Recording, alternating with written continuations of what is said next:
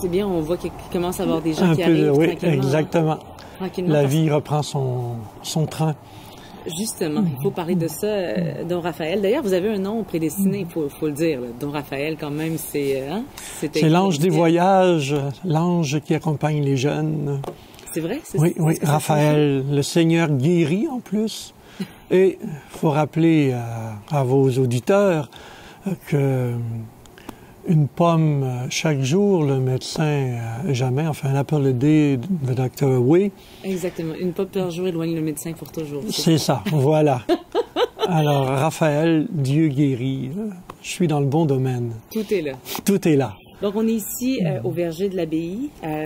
Évidemment, vous êtes de la communauté de l'abbaye qui est juste à côté. Racontez-moi cette histoire. Depuis combien de temps est-ce qu'il y a une abbaye ici à Rougemont? Oui. Alors, le monastère qui nous a fondé avait lui-même été fondé en 410 sur l'île de l'Érins en France. Et en 1932, ils ont décidé de faire une fondation au Canada en vue d'aider une fondation qu'ils voulaient faire au Vietnam. Et donc, on est un peu des moines missionnaires. C'est un peu étrange pour des cloîtrés, là, mais... Et donc, ils sont arrivés ici en 1932 et ils ont acheté cette propriété qui avait déjà un verger tenu par un anglican à l'époque. Et on a donc commencé la pomiculture. Et comme on avait un frère qui connaissait l'art du cidre, on s'est lancé aussi dans la production du cidre artisanal. Et ça nous a amené au début des années 70, enfin même milieu des années 70, à commencer l'autocueillette. Donc on faisait comme tous les autres, on cueillait les pommes pour les vendre au marché.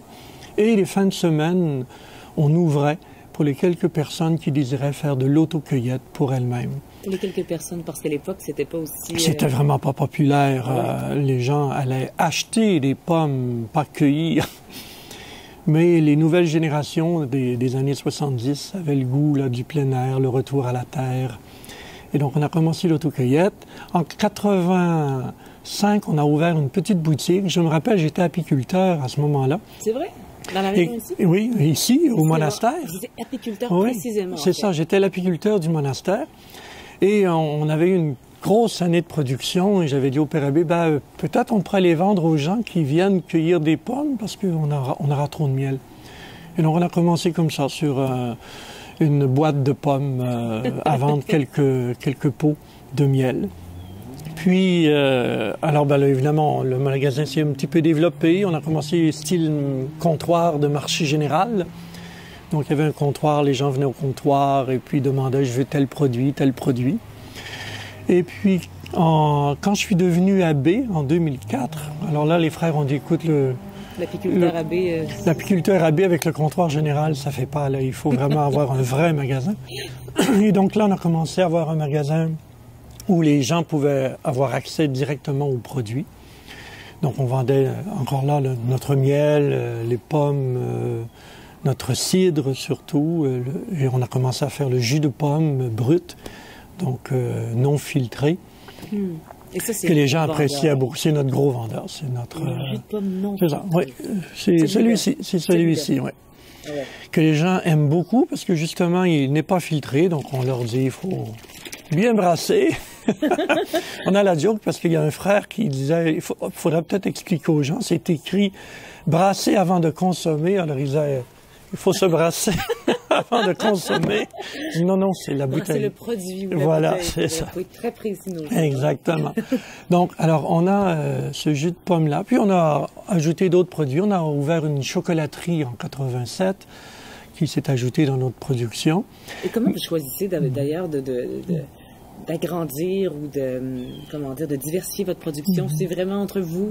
C'est vraiment entre nous de dire, on veut offrir quelques produits à notre clientèle. On a déjà, nous, on avait des entreprises, des industries là, pour pouvoir vivre, parce qu'on vit du travail de nos mains. Et on les a offerts au public. Puis petit à petit, on disait, on pourrait peut-être offrir celui-là aussi. Petit à petit, on a agrandi. Jusqu'à ce que l'an passé, en 2017, le 18 septembre 2018, tout notre bâtiment passe au feu. Alors l'édifice au complet passe au feu, le magasin, la cidrerie, la chocolaterie, la vinaigrerie, l'usine de jus de pomme, les entrepôts, ici même. On a dû se retourner rapidement, se retrouver ensemble. Les jeunes, on s'est dit, bon, ben, écoutez, les jeunes frères, qu'est-ce qu'on fait? On vend le verger, puisqu'on a tout perdu. Il ne reste que les pommiers. On vend le verger, puis on se contente de l'hôtellerie et de nos camps jeunesse, nos activités jeunesse, ou on garde le secteur agricole. Alors les jeunes ont demandé à garder le secteur agricole. Alors on dit, ben, c'est bien, mais on vous confie le projet.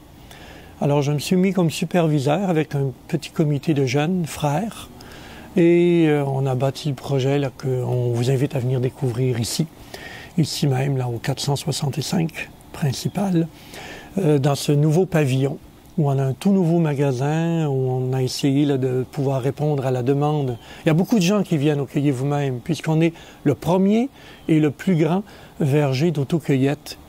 Et un des très rares où les voitures, donc les clients entrent avec leur voiture dans le verger. Il y a 8 kilomètres de chemin à l'intérieur du verger. C'est quadrillé en rues et en avenues pour se retrouver.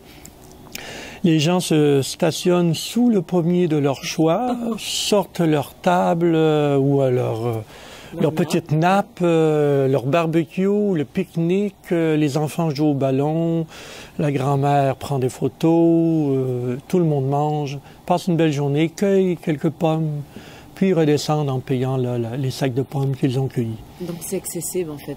C'est très accessible. Donc, et évidemment, ça amène beaucoup de monde, alors on voulait un magasin qui puisse accueillir tous ceux qui veulent profiter là, de nos espaces. On veut essayer d'avoir une marque de commerce, c'est-à-dire un moine, son charisme, c'est l'hospitalité. C'est pour ça qu'on a une hôtellerie, pour accueillir des gens qui viennent faire des séjours là, de spiritualité. Et comme on voulait garder cette marque de commerce, si vous permettez le terme, on s'est dit, on pourrait être aussi hospitalier dans notre verger, donc favoriser la famille. Alors, nous, on encourage beaucoup les gens à venir en famille. C'est tellement vrai qu'il y avait une famille en fin de semaine qui était là. Ils amènent à chaque année, depuis presque 20 ans, ils viennent avec le barbecue, le buffet, tous les enfants, les petits-enfants, les arrière-enfants arrivent. Ils étaient presque 60 personnes. Wow. Montréal, Québec, Sherbrooke. Ils se retrouvent sous l'arbre de grand-père. Seuls eux savent quel est cet arbre, mais ils s'y retrouvent tous. Alors ça, c'est toujours très, très beau de voir là, cette espèce d'esprit de famille qui est retrouvé, qui est célébré ici, là, dans notre verger. Justement, parlant d'esprit de famille, de célébration, comment vos voisins, comment les autres producteurs de Rougemont ont réagi ou ont agi suite au drame que vous avez vécu l'an dernier? On a été très touchés de voir la sollicitude de nos voisins.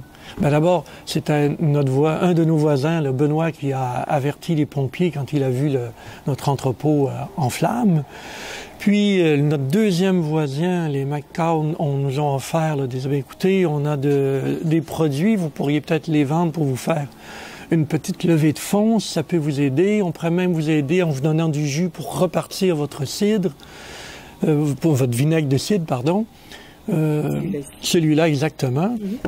Et puis, on a Monsieur Lassonde, troisième voisin sur la gauche, qui dit, est-ce que je peux vous aider? Parce que nous, on était un petit peu perdus. On disait, on va continuer. On a tout perdu, mais on a encore les pommiers, on va vendre les pommes. Puis le matin même, on réalise qu'on ne peut pas vendre de pommes, on n'a pas de sacs. Les sacs étaient dans l'entrepôt, ils ont tous brûlé. Donc, il dit, mais je vais vous donner des sacs, il n'y a pas de problème. On a les Jaudoins qui nous ont aidés aussi avec plein de conseils pour nous aider à repartir. Donc vraiment une belle participation des voisins qui nous a touchés. Il faut dire aussi qu'on encourage nos voisins. Par exemple, on a toujours refusé de vendre des tartes aux pommes pour permettre au verger voisin, le verger Trois Pommes, Guylaine fait des tartes aux pommes extraordinaires. Donc on dit, on te laisse ça. Donc quand les gens viennent, demandent, vous ne faites pas de tartes aux pommes? Non. Notre voisine fait les meilleures. Allez là. On a arrêté aussi notre production de cidre parce qu'il y a maintenant plusieurs cidriculteurs. Alors on dit, ben, allez chez eux, allez chez eux. C'est beau quand même, c'est particulier ça, parce qu'effectivement, malheureusement, des fois, ça prend ça. Hein. Ça prend un drame ou ça prend une tragédie pour que soudainement, on se rende compte à quel point on est bien entouré, puis à quel point... C'est ça, exactement. Puis en même temps, à quel point il y a une belle solidarité dans le village. Il y a les week-ends gourmands et je crois que ça crée un esprit de famille entre nous, un esprit de solidarité, de fraternité. Alors tout le monde essaie de s'entraider les uns les autres à sa manière. Et ça, je trouve ça très beau. D'ailleurs, à l'inauguration du pavillon, là, ils ont été nombreux à venir nous encourager. Donc ça, c'était très beau aussi. Alors pourquoi est-ce qu'il faut absolument faire un arrêt au verger de l'abbaye quand on se promène sur la principale à Rougemont? Il faut absolument faire un arrêt parce que premièrement, c'est unique. Un monastère de moines, il n'y en a qu'un à Rougemont, qui vous donne accès à leur verger pour aller cueillir des pommes. Ça aussi, c'est unique avec votre voiture. C'est le seul endroit où vous pouvez faire ça. Y passer toute la journée en vous amusant, ça aussi c'est unique. Choisir le pommier de votre choix parmi les 13 000 pommiers ou les 3 000 poiriers. On a des poires, beaucoup de poires, 3 000 poiriers pour ceux qui veulent déguster la belle de Flandre. Donc, c'est ça, la belle de Flandre. La belle de Flandre. Alors, donc, appréciez cette poire qui est très juteuse, très savoureuse. Et très sucré aussi. Enfin, moi, j'aime beaucoup, beaucoup. On vous encourage à venir, là, à en profiter. Il y a notre vinaigre aussi qui est très, très, très populaire. Les gens l'apprécient beaucoup.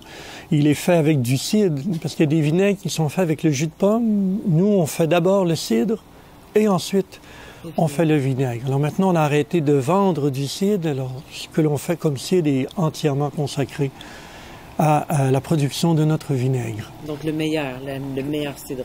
Il est excellent, en tout cas. C'est de l'avis de ceux qui l'achètent là, ici. On a un nouveau produit aussi qu'on appelle le beurre de pomme, qui est fait par notre frère Wow. Le frère Wow, on l'appelle comme ça parce que quand on le rencontre, on dit, puis comment ça va? Oh wow, si tu savais ce que j'ai fait aujourd'hui. Wow! Alors frère Wow, il fait le beurre de pomme aux épices. Et il en est très très fier. Puis, comme on est on a des racines un peu européennes, alors on s'est lancé dans la pâte de fruits. Oui, bien sûr. Donc avec la compote de pommes et des essences naturelles, on fait de la pâte de fruits qui est beaucoup moins sucrée que celle des Européens. Parce on n'aime pas trop le sucre. Donc alors, c'est vraiment à découvrir, à déguster, à apprécier. C'est très varié, beaucoup de diversité. Vous êtes combien en tout? Nous sommes 12 moines. 12 moines. Et tout ce qu'on retrouve ici, au verger de l'abbaye, c'est vous. Et fait par nous, c'est ça, oui, exactement. Mais on a d'autres produits, d'ailleurs, comme par exemple, on a voulu avoir une boutique monastique. Donc on offre le fromage des moines de Saint-Benoît-du-Lac, le chocolat des moines de Mistassini, le haut caramel des moines de Val-Notre-Dame. Et donc, ça permet aux gens de pouvoir aussi toucher un peu l'univers monastique. Autre particularité, ils peuvent visiter notre abbaye. Ah oui? Donc, au moins l'église, les jardins de l'abbaye, le petit magasin de la porterie. Et puis, dans notre boutique ici, au pavillon, il y a sur l'écran, un écran, on peut voir la vie des moines. Donc, les gens peuvent nous voir en train de vivre notre quotidien. Nos temps de prière, de travail, de récréation, de repas. On peut passer la journée ici. On peut passer la journée ici. À 9 h, puis on repart à... C'est ça. Il y a plusieurs aires de pique-nique. On a une 50aine de tables de pique-nique réparties un peu partout dans le verger. Et même ici, sous une terrasse de notre magasin, si on craint ou le soleil ou la pluie, il y a des terrasses pour se protéger. Alors, les gens peuvent venir en profiter aussi. On a... Je vois ça, vous êtes très, très, très accueillant. Comme on a 8 km de route, les gens peuvent se promener beaucoup dans le verger. Et il y a 2 parcs dans le verger en plus pour se promener avec son chien s'il est en laisse. Et même un petit sanctuaire à l'autre bout là, pour les amateurs de sanctuaires qui veulent faire un petit pèlerinage jusque-là. Il y a un petit pèlerinage au nord du verger. Je vous souhaite d'avoir tellement de visites. Ben, je vous remercie beaucoup. Vous allez avoir tellement de gens qui vont venir profiter de cette belle terre en fait que vous partagez avec les gens de Rougemont, mais également avec tous ceux et celles qui ont envie de... En tout cas, sachez qu'on sera très heureux d'accueillir tous ceux que vous nous enverrez et qu'on On les accueillera comme le Christ, dit notre règle de vie. Rien de moins. Je ne peux rien dire de plus que ça. Merci, Dom Raphaël. Au plaisir.